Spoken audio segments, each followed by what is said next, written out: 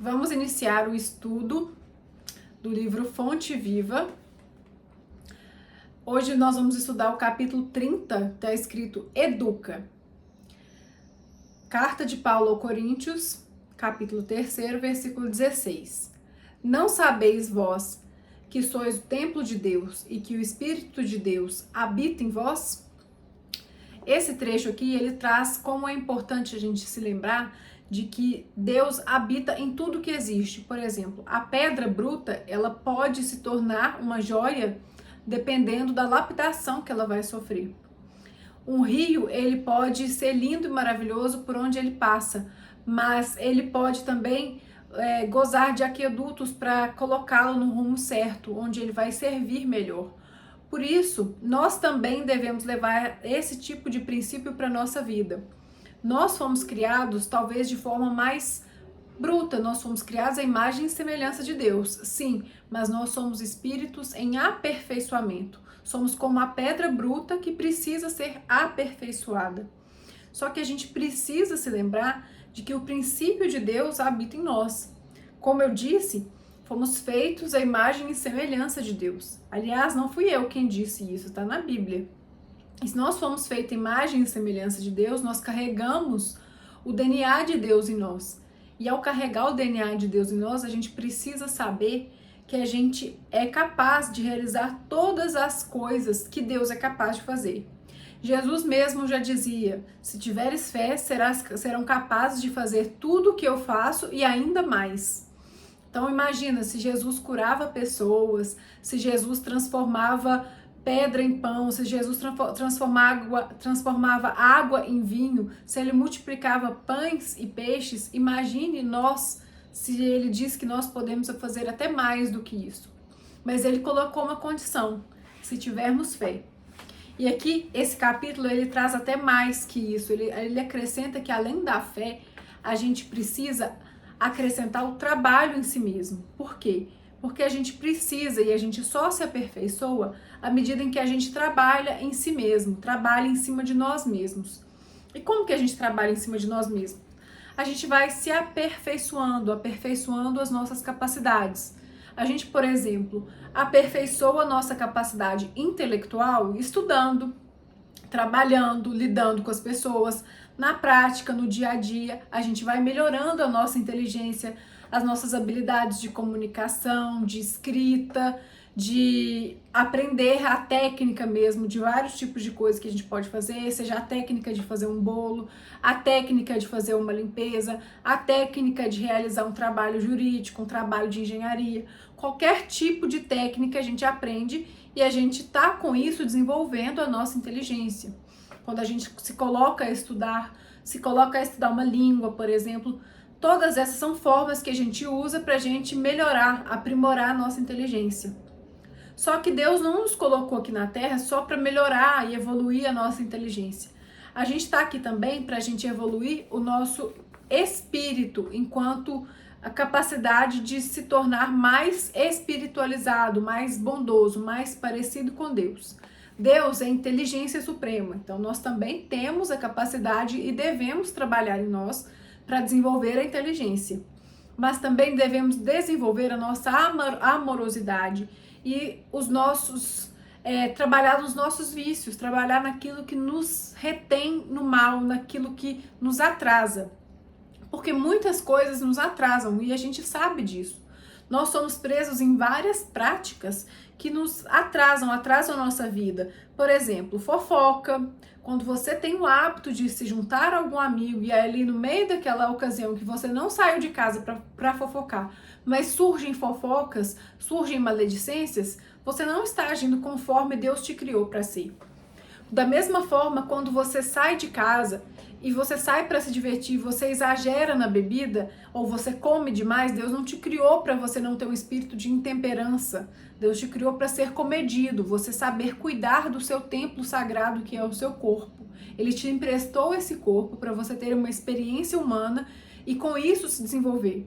E é da sua responsabilidade cuidar deste corpo, cuidar da sua saúde. O seu corpo é uma das suas principais obrigações nessa vida, uma das suas principais tarefas de cuidar. É uma das coisas mais importantes que Deus confiou a você. E quando você come de forma desmedida, bebe de forma desregrada, você não está cuidando daquilo que Deus colocou nas suas mãos. E Ele também nos colocou aqui na Terra para a gente desenvolver a espiritualidade.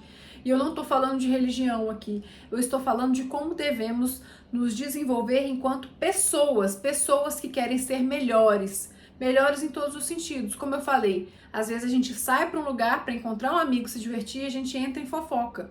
Não é um tipo de comportamento adequado de quem está evoluindo. Outro tipo de comportamento que a gente faz, e veja só, tudo que a gente faz de forma viciosa é uma maneira da gente esconder aquilo que a gente não quer olhar em nós. Então é um alerta. Por exemplo, se você tem o hábito de fofocar, de falar mal dos outros, fique o alerta sobre o que você está falando mal dos outros. O outro é procrastinador, o outro não estuda, o outro tá traindo o relacionamento dele. O que você mais te incomoda no outro, que você gosta inclusive de falar, que você costuma falar do outro? Isso aí é um sinal sobre você, sobre aquilo que você pode olhar em si e que você precisa tratar em si. Todos os nossos vícios, os nossos defeitos, eles estão ligados a algo que nós queremos esconder. Então, por exemplo, se eu estou comendo demais, eu estou tentando tapar alguma coisa, algum buraco em mim. Se eu bebo demais, eu também estou me anestesiando nessa vida por causa de alguma coisa que eu não quero olhar. Se eu falo muito mal dos outros, sobre o que eu estou falando? Porque talvez tenha algo ali que diga muito sobre mim. É aquela sábia frase de que quando Pedro fala sobre Paulo, ele fala mais sobre Pedro do que sobre Paulo. Ele está falando mais de si mesmo do que sobre o outro. Quando a gente fala mal de alguém, a gente está falando da gente mesmo. Não é que a gente comete exatamente os mesmos erros que o outro, mas aquele comportamento de falar mal e aquilo que nos incomoda no outro diz muito sobre nós. E assim, se observando, a gente vai melhorando, a gente vai buscando. Porque como eu coloquei aqui no começo, tá escrito aqui, aliás, que a gente não chega no planeta Terra perfeito. Nós não nascemos perfeitos, mas é nosso dever se aprimorar ao longo da vida. E se a gente fica passando pela vida simplesmente na correria e não olhando para aquilo que a gente precisa melhorar, a gente desperdiça esse tempo precioso que Deus colocou nas nossas mãos para a gente se desenvolver. Ele coloca tantos recursos nas nossas mãos todos os dias e a gente podia olhar para isso como oportunidades de desenvolvimento. Por exemplo, o seu trabalho. O seu trabalho, ele diz muito sobre aquilo que você precisa melhorar em si. Ele diz muito sobre aquilo que você precisa trabalhar nos seus aspectos de inteligência, nos seus relacionamentos interpessoais. Então, ali com as pessoas que você tem que lidar no seu trabalho, aquilo diz muito sobre você.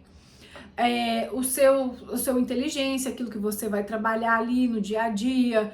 Então, se você tem que lidar às vezes com uma tarefa difícil ali, você está desenvolvendo a sua inteligência. E é claro, gente, se você está num lugar que você não gosta, você não é bem tratado e você já se desconectou desse tipo de sintonia, é hora de procurar um outro trabalho, está tudo bem.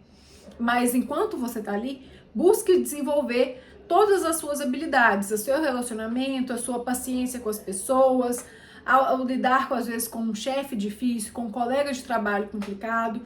Todas são oportunidades que Deus coloca na nossa vida para a gente ir aprendendo, para a gente ir aprimorando o nosso ser nessa terra.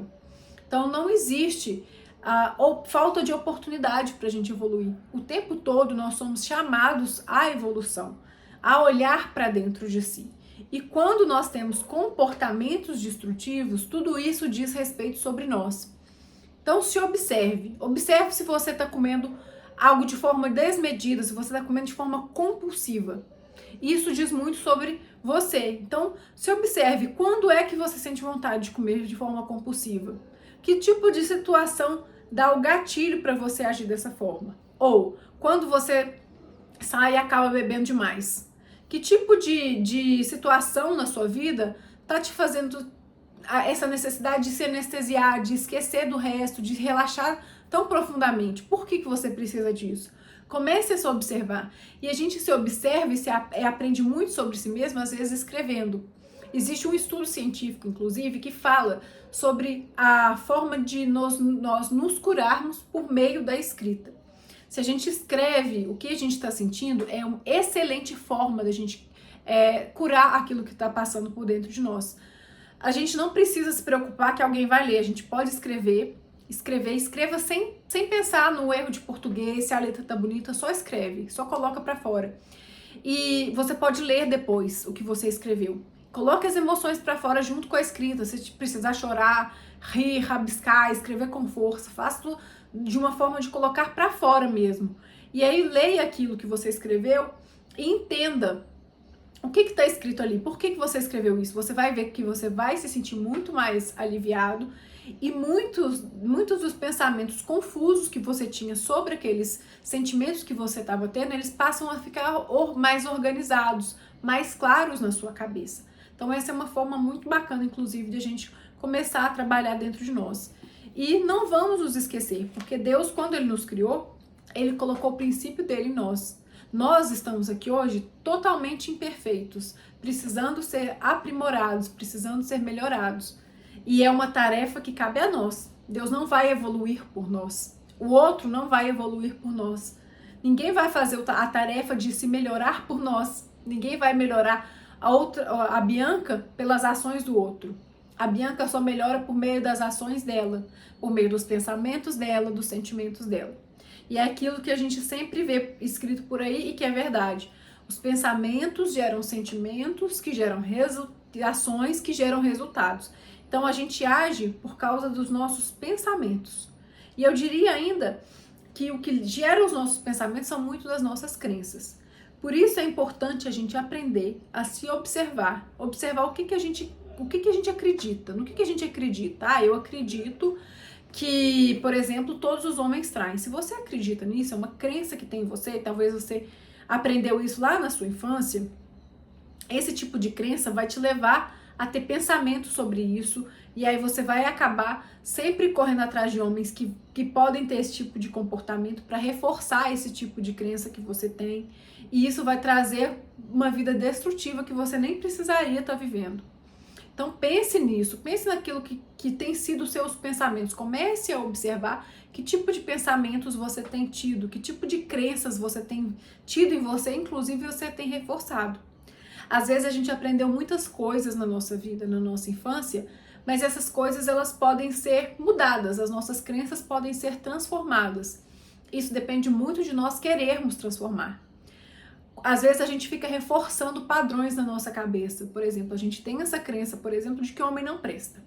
E aí a gente vai assistir filmes, novelas que sempre reforçam esse tipo de crença. E aí esse tipo de informação vai sendo alocado no nosso subconsciente e a gente vai sempre criando camadas de acreditar naquilo. E aí na hora de a gente ir para a vida, a gente segue com esse padrão na nossa vida. E aí a gente sempre vai estar atrás de pessoas que vão fazer esse tipo de comportamento com a gente.